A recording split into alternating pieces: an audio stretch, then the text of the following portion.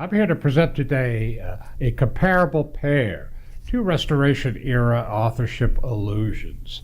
These are particularly interesting because one allusion you need to know before you can understand the second one. The relationship between the authors is particularly interesting, and also the references in the allusion, what they tell us about the authorship situation, and how those allusions fit both with previous authorship allusions and subsequent ones. And so we're going to start out with William Wycherley. He was a playwright known particularly for 4 plays produced mostly in the 1670s. And the one that I'm particularly interested in is called The Country Wife. And I saw it in 2022. And now some of you may remember that the Shakespeare Oxford film contest, my entry talked about The Country Wife and gave you a little taste of this allusion, but there's a bit more to it. It deserves a closer look, and that's what we're going to do today. I saw this at the Atlanta Shakespeare Company's Shakespeare Tavern, where I've seen many of Shakespeare's plays. It was a wonderful production. You'll notice the director, John Ammerman, and 34 years ago, Bob Prechter invited me to my first professional Shakespeare play, and it was John Ammerman starring in Richard III, and that got me into the Shakespeare as theater enjoyment. I had already been interested in the authorship question, but I know Bob's at the conference today, and I want to thank him. That was a great evening 34 years ago. Now, this play, there was one line in it that when I heard it, it popped out at me, and I thought, hey, I know who they're talking about here. And this fellow Pinchwife is discussing another character named Mr. Sparkish, and he tells us that Mr. Sparkish spent his estate before he inherited it. And I thought, I know this guy, right? This is the Earl of Oxford, or it sounds like it.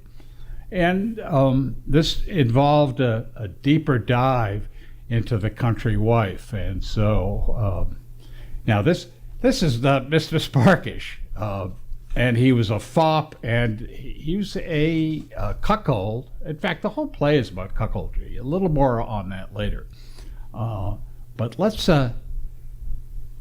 go into some of the text, and in particularly this got a very puzzling section.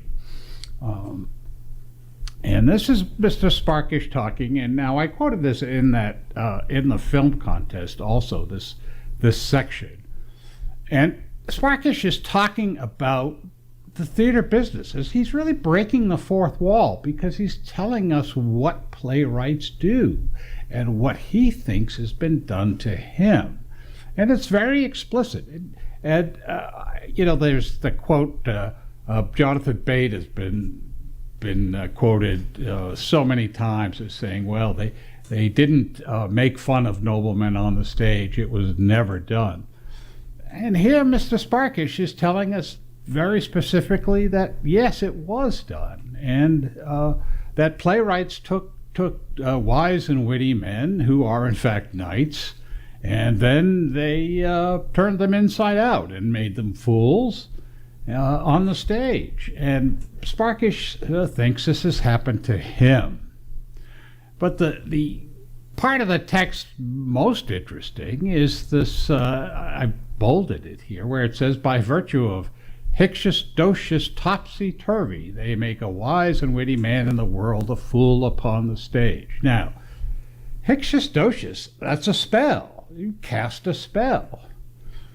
So Sparkish is telling us that the playwright has cast a topsy-turvy spell on him. Well, so what does that mean?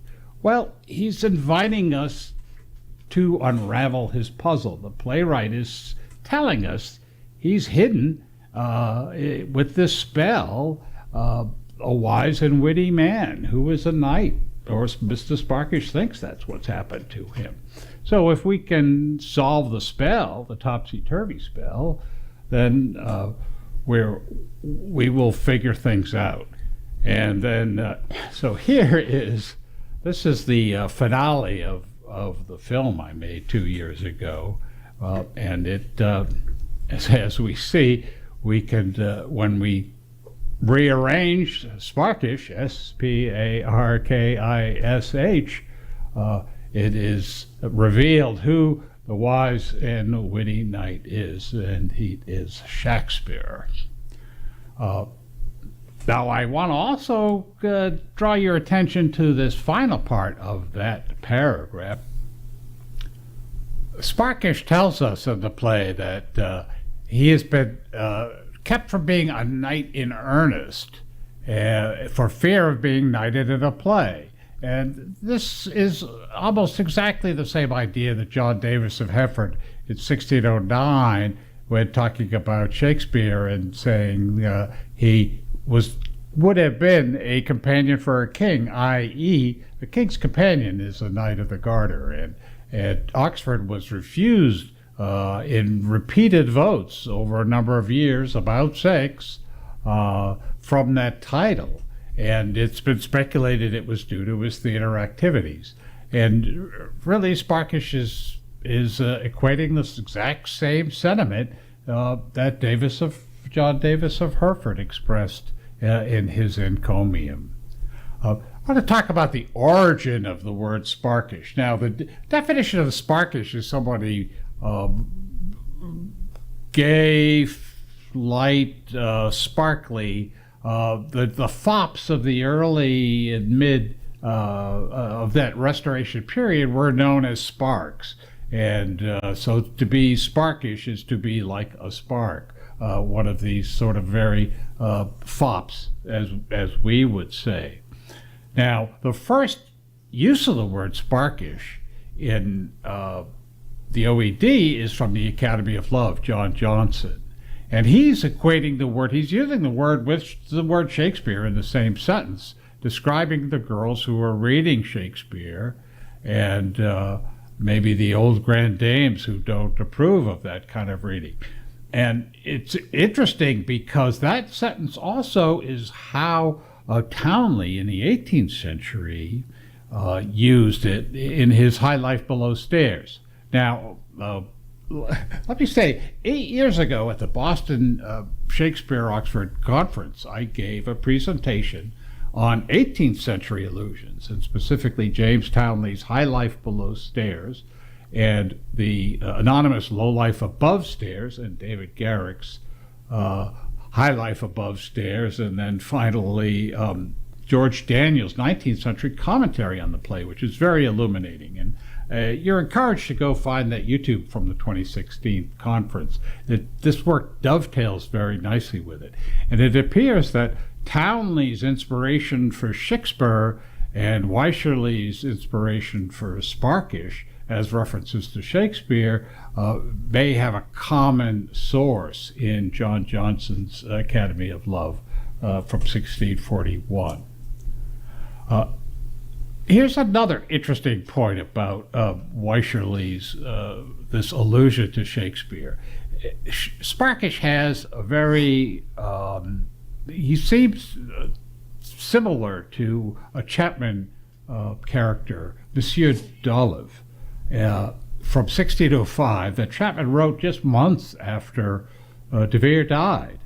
And Sparkish he's all about wit. But he's been turned inside out. He's topsy-turvy, so his wit is false, but he's obsessed with wit. And so is d'Olive.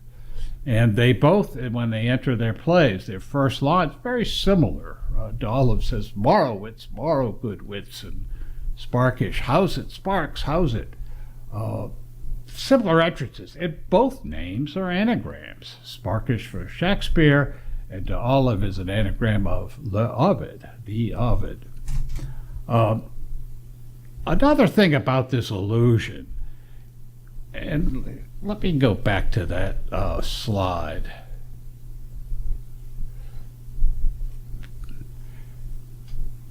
What is fascinating here is that Wycherley has put this puzzle in the play, and he's challenging us to solve it. You know, he's telling you that there is this trick that has been turned a real person into the fool on the stage. And I think this is extremely important because we so often, you know, the ox frauds and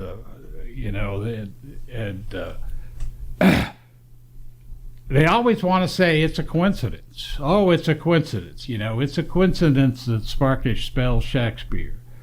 But you can't say it's a coincidence here because the playwright tells you he put the puzzle in there. The hocus pocus trick. He tells you it's there. So the naysayers can't say it's a random thing. Wycherley has covered his bases here, and we'll see that the second allusion does the same thing. It's pretty specific. And I think now the other point I want to make is about with this allusion is about cuckoldry, and cuckoldry it became just a huge theme in plays from Othello onward. And in the film I did for the contest, you know, I took a deeper look into that, you know, the cuckoldry and Oxford, to discuss the topic of the cuckold, and in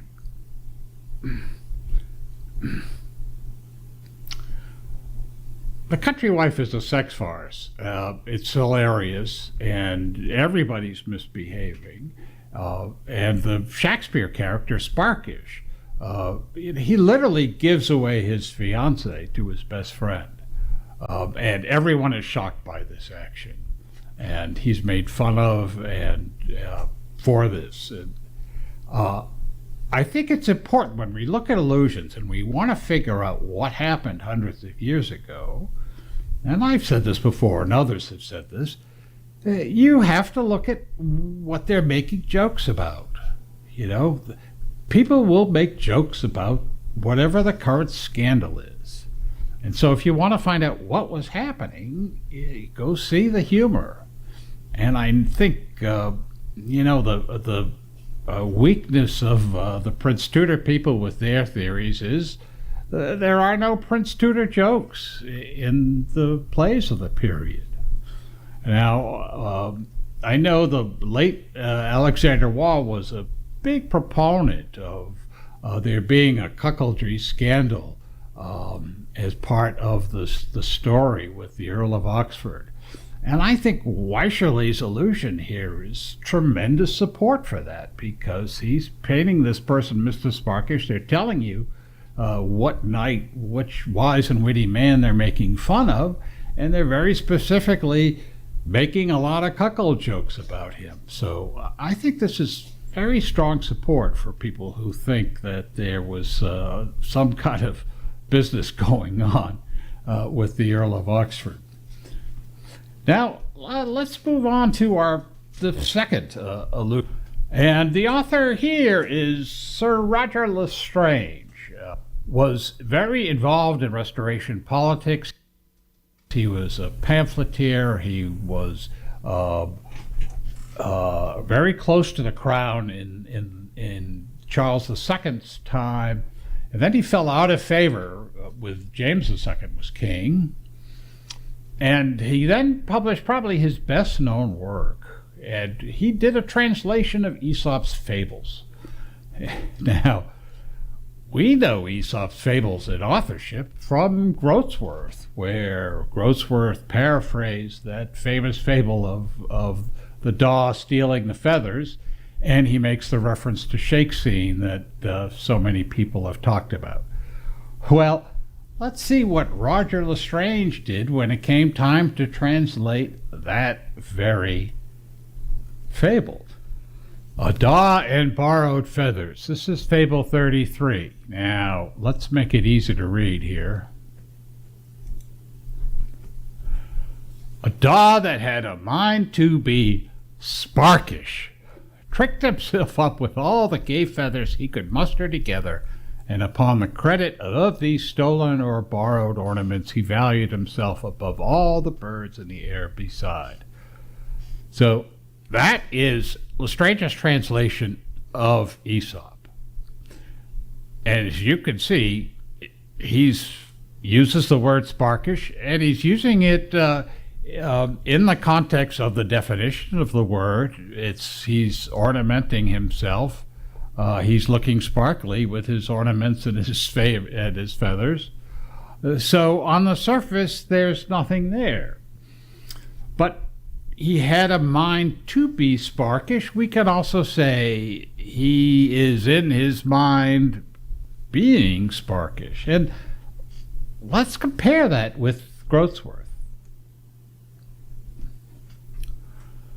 And we all know that there is an upstart crow beatified with our feathers. I need not read the entire sentence, but you can give it its essence, and that is the crow in his conceit is, in his conceit, Shakespeare. Groatsworth is saying that this crow thinks he is Shakespeare. The Lestrange comments are the same thing.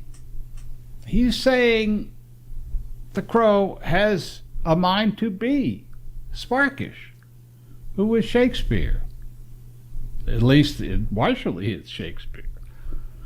So we can read this as a pretty specific reinforcement of Groatsworth. I think if you say, I'm not here to make the argument of who Groatsworth is discussing, but if you say that Lestrange is paraphrasing Groatsworth and he's annotating it and giving us more information, as I'll show you in a moment, then this becomes pretty strong evidence that Groatsworth is also talking about Shakespeare.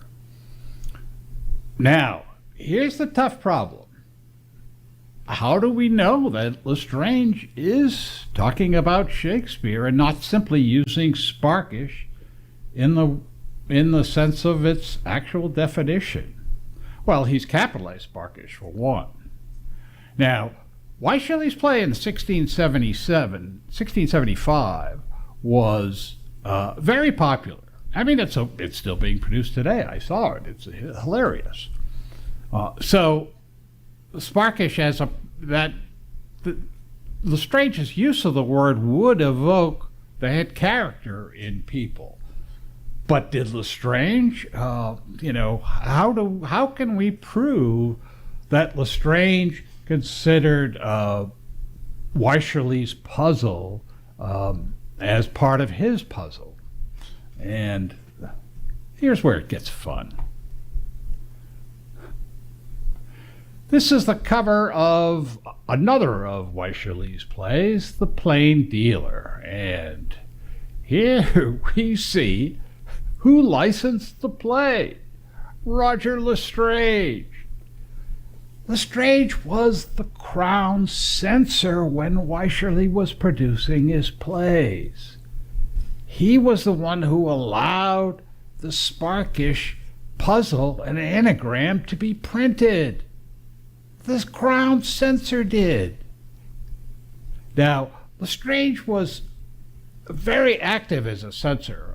Charles II used him to really root out, the political allusions that were considered offensive. Lestrange famously censored Milton. But he didn't censor Wycherley's Sparkish allusion. Instead, he used it. It's crazy. And in fact, this is Samuel Butler in, I think, early 1640-ish or something. He wrote a verse satire called Hudibras, which stayed in print up until the First World War.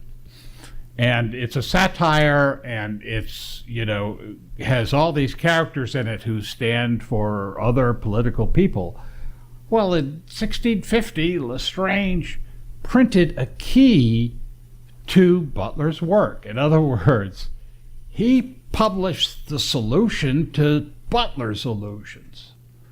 And this was before he was hired as censor. And I think so the king must have been impressed with Lestrange's ability to parse out the meaning of various tracts, and he then employed him as his censor. And so Lestrange is clearly very astute in wordplay and paying attention to what authors really mean.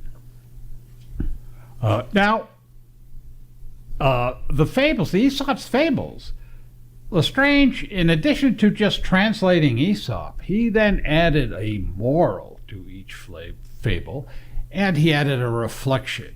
And this gave him an opportunity to expand on it, and I think it really gave him an opportunity to annotate his commentary on what he thought Groatsworth was doing.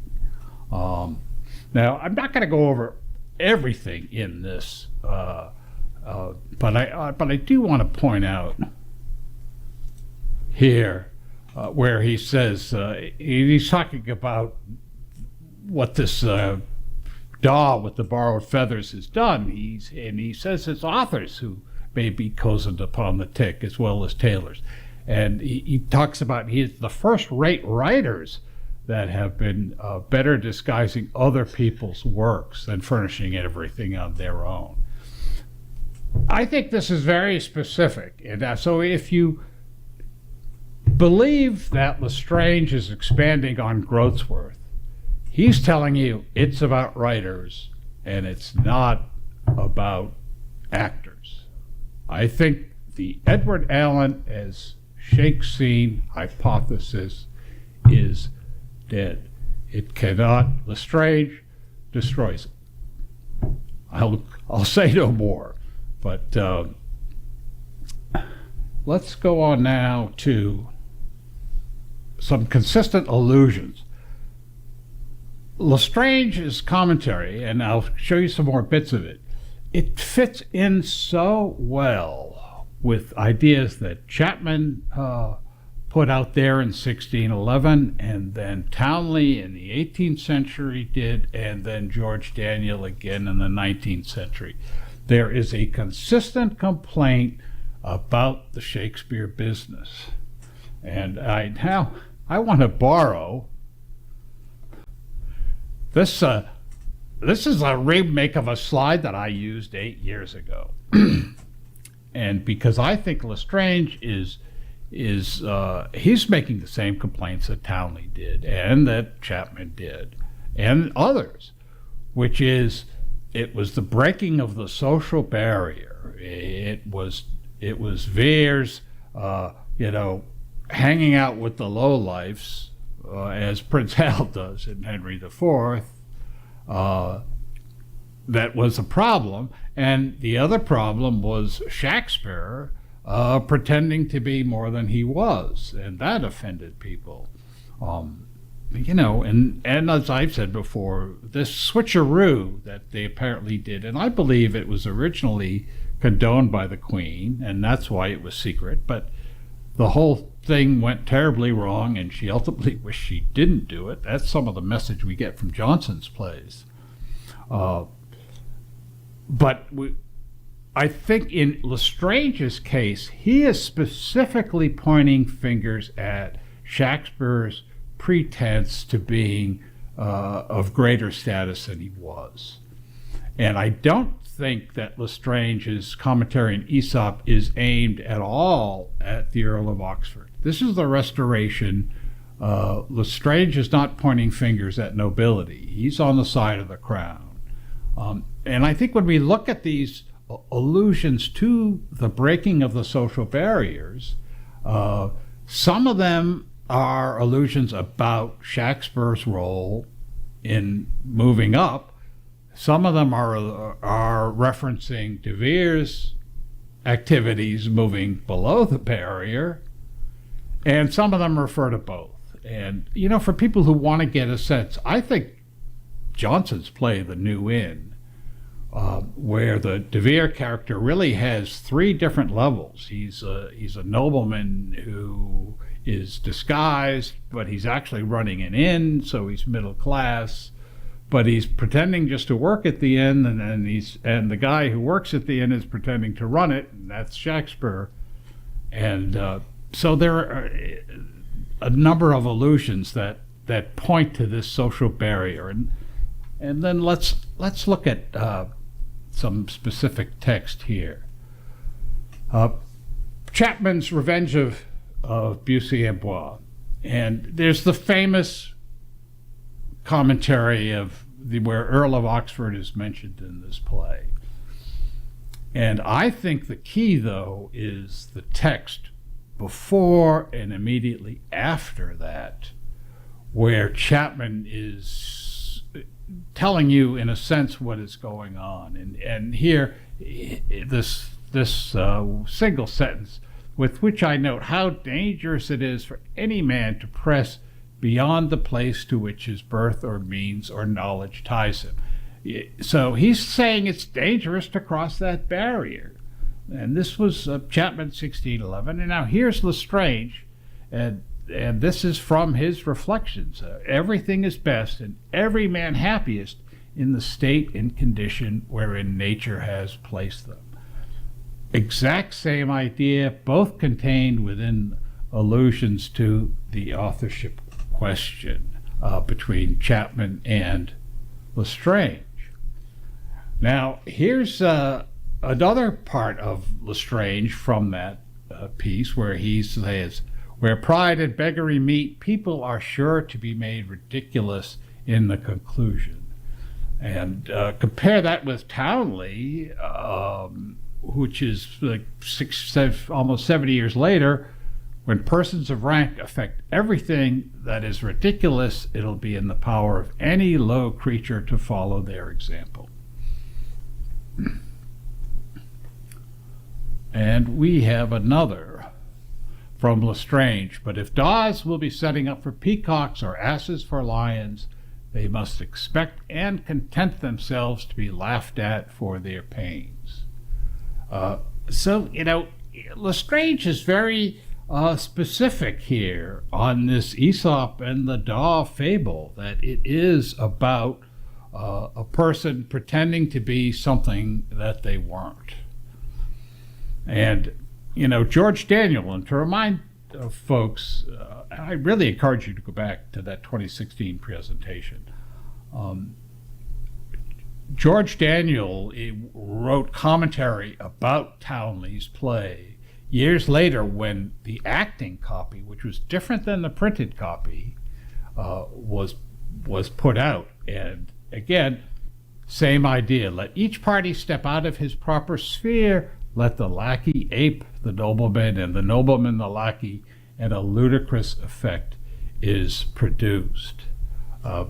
So we just see this consistent complaints that are attached, these criticism, and it's in the 19th century, it's in the 18th, and now with Lestrange we find it in the late 17th century, and we can go back again to Johnson's New Inn, where in the scene the Sir Tiptoe criticizes the host because he's running the inn, but he's dressed as the horse guy, and the horse boy is dressed in pretending to run the inn. Well, that's what happens. Johnson spells it all out, and we can link all these different allusions together, and then you start to get a clear picture of what was going on. To wrap things up here, I think these two allusions are quite important, but they're just more bricks in which building a wall, an argument that interconnects. And I think that's what I've hoped to show here, that these various allusions, and you can build a web of them, and especially among the Chapman and Johnson plays. But we see here today that authors, writers, and playwrights who came later were paying attention, and they were repeating the same ideas that were floating around in Shakespeare's time as to what was going on with the authorship question. And I think, the Stratfordians always want to break things down and just isolate each individual piece and say, well, it doesn't prove anything. And I think the answer to that is to be able to demonstrate the interconnection of the pieces. And it's also so helpful when we interconnect them across time, when we connect the 16th century to the 17th and then to the 18th. And that's where the story, I think, really begins to gel and become convincing for people. I didn't use as much time as I was allotted. We have plenty for questions, and bring them on. Thank you.